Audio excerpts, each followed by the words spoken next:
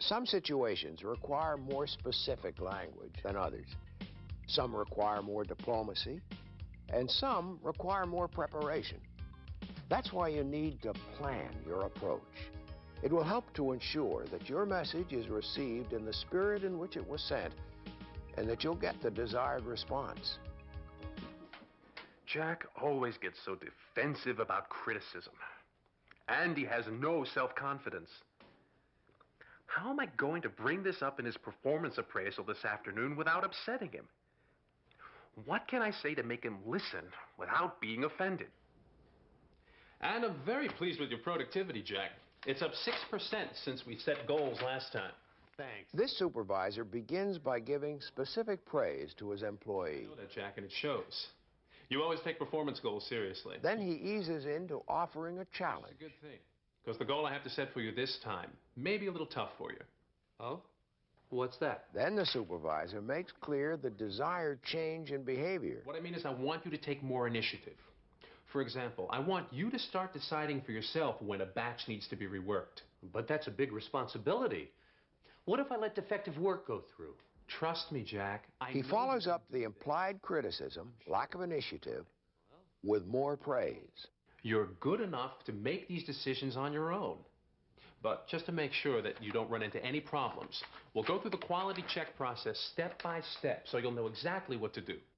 And finally, he gives the employee specific assistance toward reaching the goal.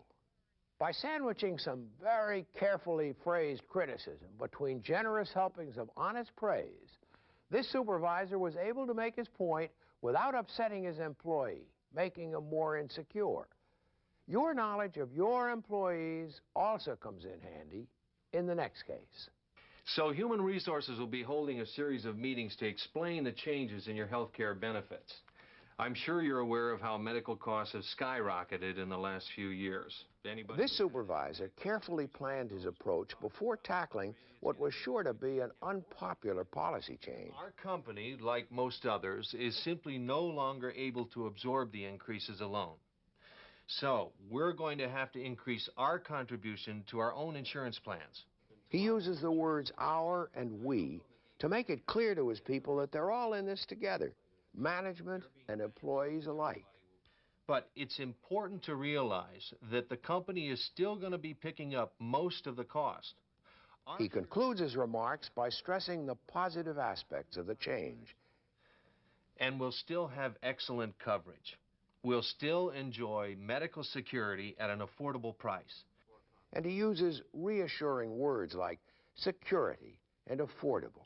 This supervisor realized that a thoughtless choice of words would make an unpopular situation worse. It's important to remember that if you don't plan your approach, you run the risk of weakening your message or worse, causing misunderstandings. That's why it's critical to be specific. Oh, Ernie, you're going to have to do something about this tardiness problem. A warning like this is too general to be effective. We need you to be here at 8 o'clock sharp, Cindy, and to be at your desk ready to go to work. This is more like it. To be as specific as possible, you should also use active rather than passive verbs. Forgotten your high school grammar? Here's what I mean.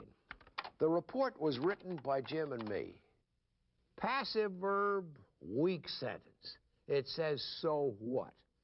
It's much stronger to use the active form of the verb and say, Jim and I wrote the report. You hear the difference? Once again, the message is personalized. The report wasn't just written. You and Jim wrote it. You're proud of it. Say it. Some more examples are, the game was won by us. No, we won the game. It was done by her. Nope, she did it. Of course, you know, there are times when the passive can come in handy. If that report that you and Jim wrote was late, would you want to say so? Probably not. You'd probably just say the report was late. Unfortunately, many people think that distancing themselves from the action and using passive verbs provides a more formal and impressive way to express their message. But as we just saw, most of the time it simply deadens it. Watch. It is to be hoped that the employees of this group were positively persuaded of the need for a policy change by the reasons provided to them. Now Ed writes the same message, but it is more positive, more direct, and simpler. Naturally, it will be better received. Of course, Ed's message is more effective not only because he uses an active verb, but also because he keeps it personal and to the point. And here's another hint about planning your approach. You need to know when to use one viewpoint rather than another. Now, what does this mean? Watch. You know, you got a real problem in your department. I've got a problem? I know you've put a lot of work into this, Cindy, but I'm having a little bit of difficulty with the procedure. Oh, really? What's the problem? You see the difference? Emma realized how much less threatening it was to deal with a problem from her own viewpoint, using I rather than you. This is a small and simple point, but it can make a big difference in the effectiveness of your communications, especially when you have to criticize performance or correct behavior. And that brings us to our final tip for more effective communication.